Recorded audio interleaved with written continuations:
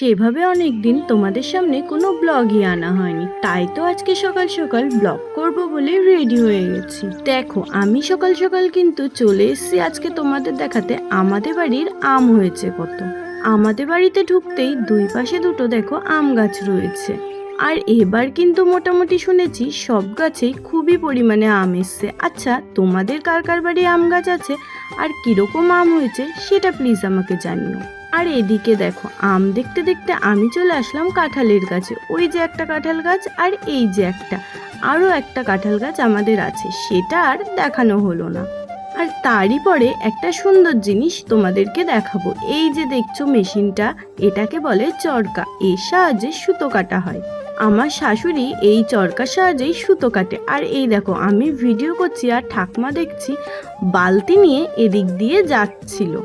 তারই পরে আমি ঠাকুমাকে রাস্তা দিয়ে দিলাম যাওয়ার। তারপরে আমি আবারও তোমাদের একটু দেখিয়ে দিলাম, মানে চরকাটা।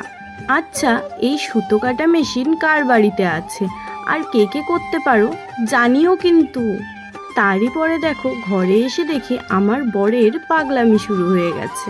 তে যেটুকু টাইম থাকে সেটুকু টাইমই দেখো কিছু না কিছু পাগলামি ওর করতেই হয়।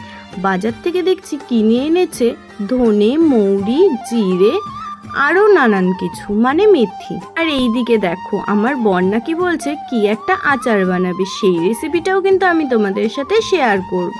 এত কথা বলতে বলতে আমার তো খুবই খিদে পেয়ে গেছে আর দেখিয়ে দিলাম শাশুড়ি তখন আমার রান্না করছিল।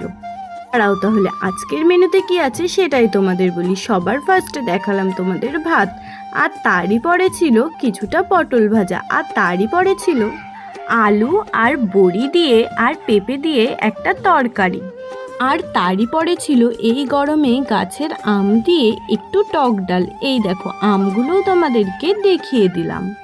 আর তারপরে ছিল পটলের তেল পটল। এই পটল কিন্তু আমাদের জমিরই পটল, সেই পটলেরই তেল পটল করা হয়েছিল। আর এরপরেই ছিল মাছ, আর শাশুড়ি আমার মাছগুলো সবার জন্য আলাদা আলাদা বাটিতে বেড়ে রেখেছিল যাতে খেতে দিতে আমার সুবিধা হয়।